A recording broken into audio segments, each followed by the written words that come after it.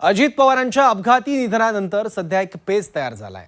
तो दोन्ही राष्ट्रवादींच्या विलीनीकरणाचा। कारण दोन्ही राष्ट्रवादी एकत्र व्हाव्यात ही अजितदारांची इच्छा होती आणि त्या दृष्टीने चर्चाही सुरू असल्याचा दावा शरद पवारांनी केला होता आणि हाच दावा खुद्द मुख्यमंत्री फडणवीसांनी खोडून काढला।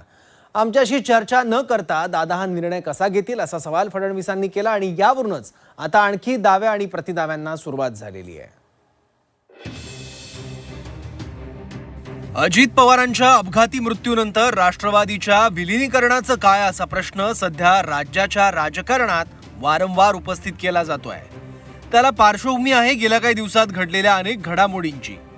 पण दादांच्या अकाली एक्झिट नंतर या चर्चेतला गुंता कमालीचा वाढलाय। कारण शरद पवार पक्षाचे नेते दादांना विलीनीकरण हवं होतं असं शपथीवर सांगतायत, पण आता राष्ट्रवादी आणि भाजपचे नेते मात्र या दाव्यांना खोडून काढतायत। यावरूनच संजय राऊतांनी दादांचा राष्ट्रवादी पक्ष भाजपने गिळंकृत केल्याचा आरोप केलाय। तसंच दादांनी फडणवीसांना विलीनीकरणाबद्दल सांगितलं नाही म्हणजे दादांचा फडणवीसांवर विश्वास नव्हता असाही दावा केलाय। तर विलीनीकरणाची जास्त घाई राऊतांनाच झाली आहे असं म्हणत बन यांनी राऊतांचा समाचार घेतलाय। जर फडणवीस यांच्याशी त्यांनी चर्चा केली नसेल याचा अर्थ त्यांचा फडणवीसवर विश्वास नसेल। जर त्यांना आपला स्वगृही परत जायचा असेल त्यासाठी फडणवीस यांच्याशी चर्चा करण्याची गरज काय? फडणवीसांनी स्वतःच आत्मचिंतन करावं की त्यांनी माझ्याशी आयुष्यावर चर्चा का केली। इतर 100 लोक बोलतात ते खोटं आणि फडणवीस म्हणतात ते खरं, हे चुकीचं आहे। अजित पवार हे मूळ प्रवाहामध्ये येण्याच्या विचाराशी ठाम होते। दोन्ही पक्षामध्ये त्या संदर्भातल्या हालचाली सुरू होत्या हे सगळ्यांना माहीत होतं। देवेंद्र फडणवीस यांनाही माहिती आहे।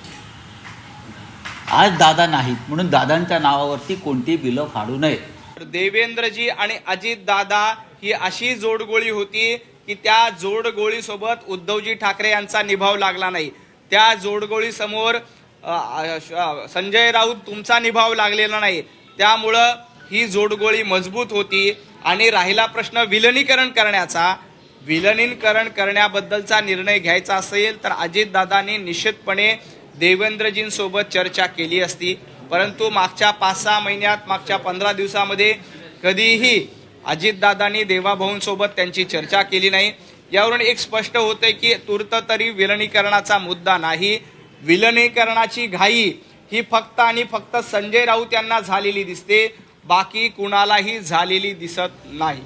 एकीकडे राऊतांनी ही टीका केलेली असताना दुसरीकडे मी महायुतीचा समन्वयक आहे पण दादांनी कधीही राष्ट्रवादीच्या विलीनीकरणाचा विषय काढला नसल्याचं बावनकुळेंनी म्हटलंय। तर दोन्ही पक्षांचं विलीनीकरण होणार होतं हे 2000% सत्य आहे असं आव्हाडांनी ठासून सांगितलंय। भारतीय जनता पार्टीतर्फे समन्वयाची जबाबदारी माझ्याकडे आहे। मी अजितदादाशी मागच्या या 2 वर्षाच्या काळात, त्यापूर्वी तर माझे खूपच घरगुती संबंध आहे, पण आता या 2 वर्षाच्या त्यांच्या माझ्या या सरकारमधल्या काळात कधी दादांनी मला या विषयावर चर्चा केली नाही। तर त्यांनी कधी माझ्याकडे हा विषयही काढला नाही, कारण काही मी प्रॉमिनंटही नाही। खरं तर वरच्या पातळीवरती हा विषय सोडवावा। मला काय माहिती आहे हे मी बोलणं हे मला माझ्या स्वभावात बसत नाही। विलीनीकरण होणार होतं हे 2000% सत्य आहे। आता ह्याच्यावरती कोणाचं काय ह्याच्यावरती चर्चा करणं मला योग्य वाटतं। पण या सगळ्यात या चर्चांबद्दल सर्वात महत्त्वाचं वक्तव्य केलंय ते सुनील तटकरेंनी। ज्यांना एनडीए सोबत यायचं त्यांनी भूमिका मांडावी असं म्हणत एक प्रकारे सत्तेत सहभागी व्हायची तयारी असेल तरच विलीनीकरणाची चर्चा पुढे जाईल असा इशारा तटकरेंनी दिलाय। तर दोघं ठाकरे जसे एकत्र आले तसे पवारही एकत्र यावे, पण सरकारमधून बाहेर पडण्याचा दादांचा विचार कधीच नव्हता।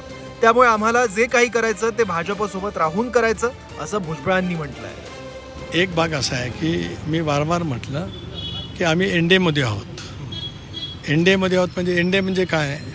तर भारतीय जनता पक्ष मुख्य पक्ष आणि त्याचे मित्र पक्ष ते एनडीए। यूपीए म्हणजे काय? तर काँग्रेस आणि काँग्रेसचे मित्र पक्ष म्हणजे देशामध्ये यूपीए। आज आम्ही एनडीएमध्ये आहोत म्हणजे भारतीय जनता पक्षाबरोबर सत्तेत आहोत, राज्याच्या सत्तेत आहोत, महाराष्ट्राच्या व्यापक हितासाठी सत्तेत आहोत, देश गतिमान करण्यासाठी आम्ही सत्तेमध्ये आहोत। हीच भूमिका दादाच्या नेतृत्वाखाली आम्ही सामूहिकरित्या घेतली. ते पुढे नेणं आमचं सर्वांचं कर्तव्य आहे. एक भाग आता या विचाराची सुसंगत म्हणजे भारतीय जनता पक्ष प्रणित एनडीएमध्ये येण्याच्या संदर्भातली भूमिका ही ज्यांनासोबत यायचं आहे त्यांनी स्पष्ट करण्याची आवश्यकता आहे. राष्ट्रवादी काँग्रेस पक्षाची भूमिका दादांच्या नेतृत्वाखाली पूर्वीपासून ठरली. त्या पद्धतीने आम्ही निवडणुकीला सामोरं गेलो. निवडणुकीमध्ये यश मिळवलं. बोलणं झालं असेल, काय नक्की बोलणं झालं हे माझ्या सहित कुणाला काही कल्पना नाही आहे. मुख्यमंत्र्यांना तर विचारावंच लागेल ना.